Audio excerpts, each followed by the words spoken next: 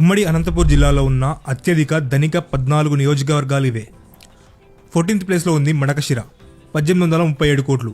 ఈ ప్రాంతంలో ముఖ్యంగా వర్షాలు లేకపోవడం, ఉద్యోగాలు లేక వలస వెళ్లడం వల్ల ఈ ప్రాంతం చాలా వెనుకబడి ఉంది. 13th ప్లేస్లో ఉంది ఉరవకొండ, 2673 కోట్లు. ఈ కాన్స్టిట్యున్సీలో ఎమ్మెల్యే ఎప్పుడు గెలిచినా ప్రతిసారి అపోజిషన్లో ఉండటం, చాలా ప్రాంతాలకు బేసిక్ రోడ్ కనెక్టివిటీ లేకపోవడం వల్ల ఈ ప్రాంతం వెనుకబడింది. 12th ప్లేస్లో ఉంది పుట్టపర్తి, 2688 కోట్లు. పుట్టపర్తి సాయిబాబా వల్ల ఈ ప్రాంతానికి ప్రపంచవ్యాప్తంగా గుర్తింపు వచ్చి టూరిజం బాగా డెవలప్ అయినా ఇండస్ట్రియల్ డెవలప్మెంట్ లేకపోవడం వల్ల ఈ ప్రాంతం వెనుకబడింది. 11th ప్లేస్లో ఉంది రాయదుర్గం, 2843 కోట్లు. ఈ ప్రాంతం ఒక పెద్ద టెక్స్టైల్ హబ్గా ఉన్న మిగతా రంగాల్లో ఇంకా డెవలప్ అవ్వాల్సిన అవసరం ఉంది. 10th ప్లేస్లో ఉంది కళ్యాణదుర్గం, 3023 కోట్లు.